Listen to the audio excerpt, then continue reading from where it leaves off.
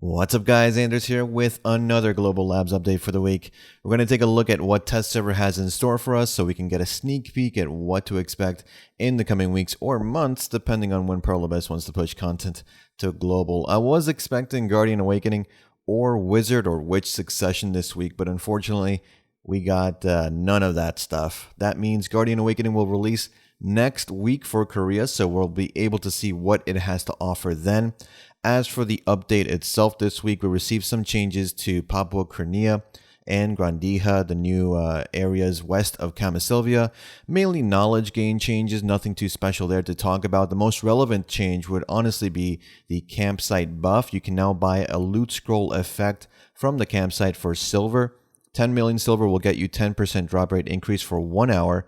50 million silver will get you 50% drop rate increase for 1 hour. Now this drop rate buff stacks with other items like loot scrolls, so it will be a good way to help you grind the compass piece or the map piece if you're inclined to do so. Other than that, I wouldn't call it very silver efficient since you're going to have to get some nice drops for the effect to be worth it. And also honestly depend where you grind because it's so RNG dependent.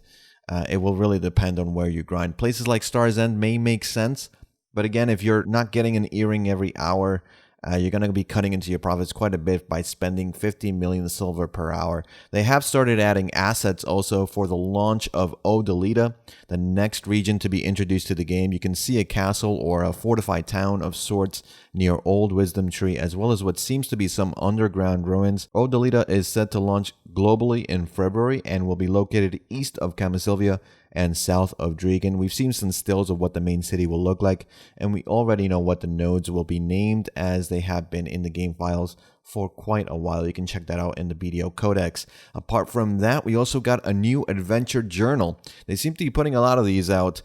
This one, though, is going to give you 150 more HP upon completing it, but no word on what the requirements are as of yet. 150 HP is pretty nice. It may not seem like much if you're newer to the game, but if you want to know what 100 HP is worth, just look at the difference between the value of a Tet Crescent ring and the value of a Tet Ruins ring to see how much your server values 100 HP. Now, good news for you horse trainers out there, they've made the horse capture minigame easier after making it torture to deal with a few patches ago. It was previously changed to add intensity to the whole minigame process, but I'm sure a couple of dozen broken keyboards and some Korean players may have left some very nice feedback for them to revert the change or at least make it easier, which is what this change is doing. You should be seeing this kind of change on live servers next week. Now, some UI updates to furniture management and crop management. So placing furniture in your house is completely revamped. Hard to say if it's more intuitive, but it does look very, very clean. For farms, it's much of the same change. I'm still waiting, honestly, for a harvest all function to be in place. But you know, maybe one day. And that's pretty much it for the Global Labs patch notes. I do want to add that the PS4 users received Valkyrie instead of Kunoichi as the new class launched this week. PS4 patch notes weren't actually available at the time, so I assumed incorrectly that Xbox and PS4 were getting the same one, but because PS4 is a little bit behind Xbox, obviously they're getting class releases differently. So PS4 got Valkyrie this week instead of Kunoichi.